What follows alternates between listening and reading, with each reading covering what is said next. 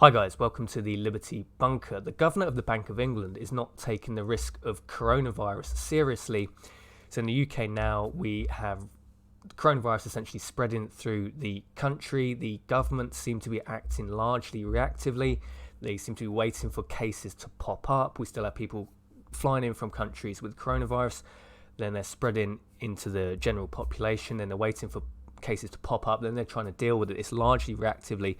This means, in my opinion, the virus is pretty much spreading unimpeded because the government are behind the curve, they're not ahead of the curve, which almost certainly means this is going to spread to pretty much every part of the country if it has not already.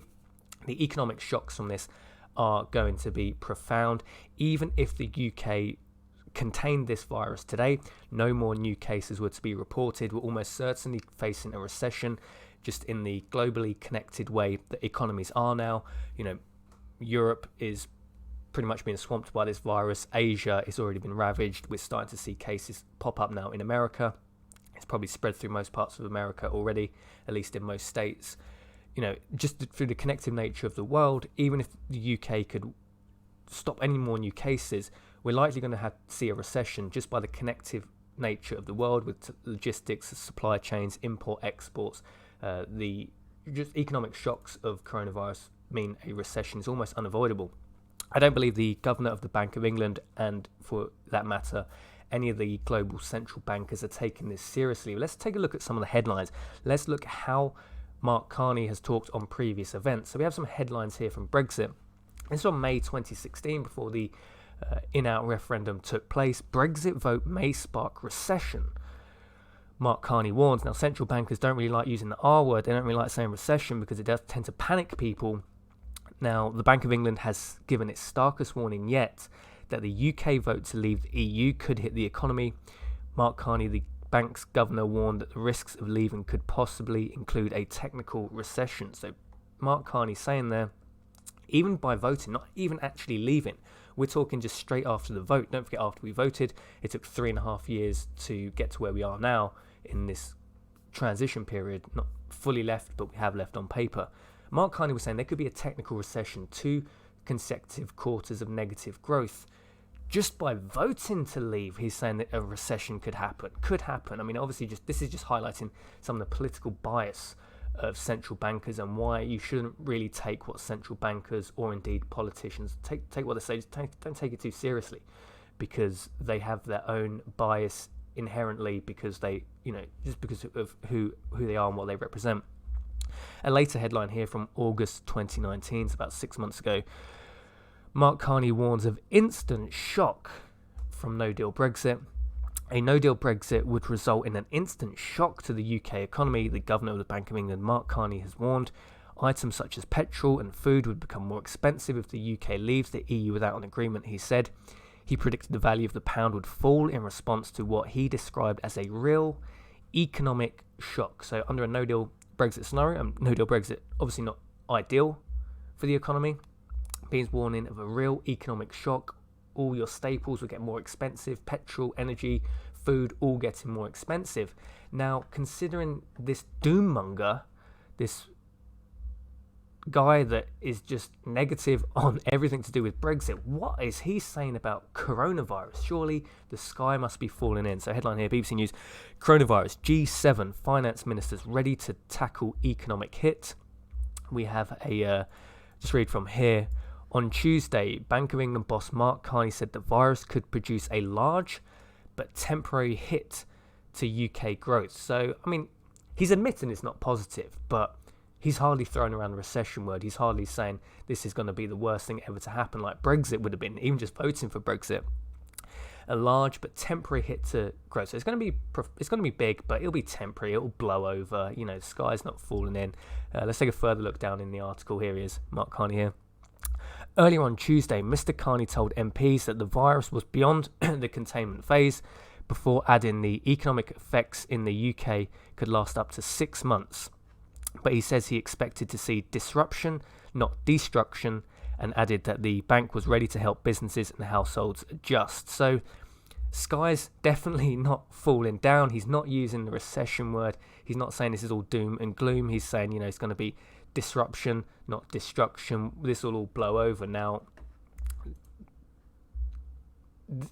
the central bankers are going to try their only tools essentially left to fight this. I mean, we're seeing what's happening in China already. Stocks are outstemmed as China injects $71 billion into banks. So the central banks are really in a sticky situation now. I can see why they don't really want too many people to panic about coronavirus, because, interest rates are already near zero in most parts of the world. They are actually pushing that lower now. We've already experimented with large amounts of QE. We're in a very weak position. We're in a weak position even to go into a normal recession, let alone coming into a once in a generational black swan event.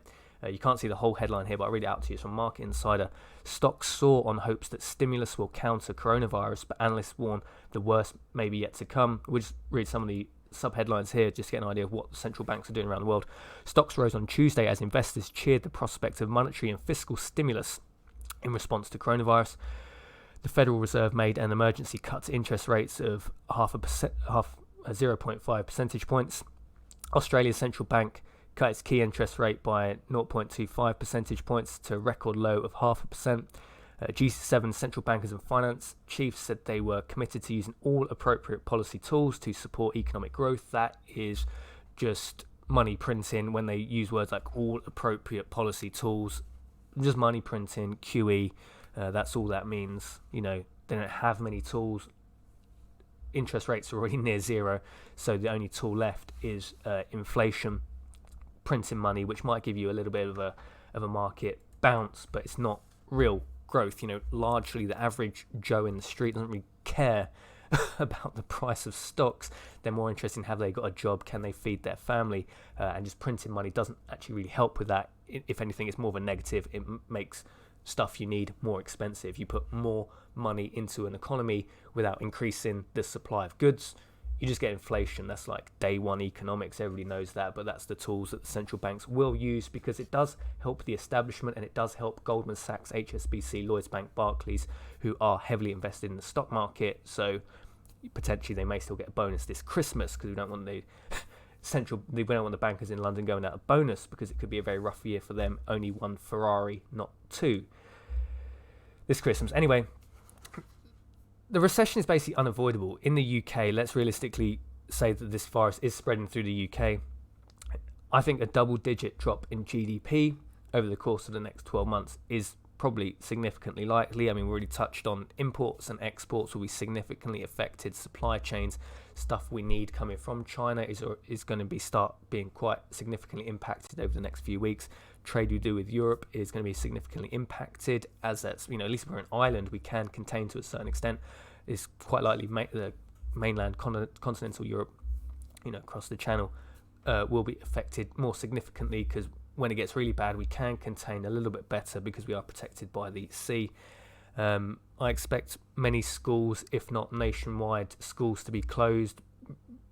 This could probably start happening probably from mid-March to the end of March. I think it's quite likely we'll see many schools being, I know a few have closed already, but just large areas, if not nationwide, schools being closed. That will heavily impact GDP, because when your kids are at home and you have a job, you can't be as economically productive, because say you've got a two-parent household, one of the parents is going to have to sort of spend a lot more of their time looking after the kids between the hours of, say, like 9 a.m. and 4 p.m, your core school hours, because you can't, if you're a parent, you have to look after your kids, basically. And one of the aims of a school is that, they look after your kids while you go to work. Tourism, obviously, being heavily impacted. Even just things like restaurants, who is really want to go out and eat food, when the person serving you's got an N95 respirator on? It's just not going to be that appealing. So this is just profound. This is just a few examples. It's going to spread through the economy. I think a 10% plus double-digit drop in GDP over the next 12 months is quite likely. It could be even more than that. I think Mark Carney isn't really taking this seriously. I mean, the only tool they really have left is inflation. We can see what the other central banks are doing around the world. It's interest rates going much lower. It's all appropriate tools, aka debasing the currency, inflation. Let me know your thoughts and opinions on this one. Obviously, Mark Carney, like all central bankers, is heavily politicized. They shouldn't be. That's not the role of a central banker to be, politicized. It should be. I don't want to go too much into it. There shouldn't even be central bankers. It's, the market should set interest rates. The market can come up with, fiscal, monetary solutions, whether it be gold-backed money, Bitcoin, whatever. I don't want to go. That's not this video. But if we are to have central bankers, they shouldn't be politicized. They shouldn't be trying to steer Brexit in one direction or another. They shouldn't necessarily be trying to lie to the general public about how bad the events will be. Just do their job. Just set interest rates, set them at a level near where the market would naturally set them. That's your job. You get paid a six-figure salary just to essentially do what the market could do better than Mark Carney does without politicising it. But again, going slightly off track, just let me know your thoughts and opinions on this one. Is Mark Carney lying?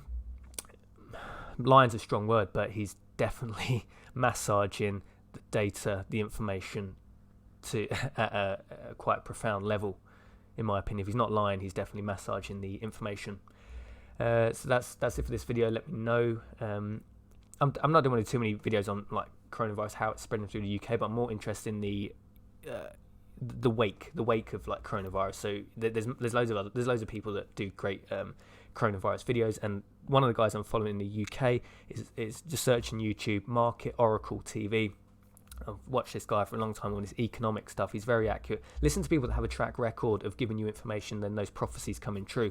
I think it's Nadim over at Market Oracle TV. Sub him because he's very good at this kind of stuff. That's who I'm watching. I'm more interested in just doing the videos of the wake of coronavirus, how it's impacting not the virus itself, but the economic impacts and the wake of the virus. I think that's going to be more interesting, and this more my knowledge is focused in that area. Certainly not a doctor, certainly not a specialist in infection disease, so I don't want to give people false information.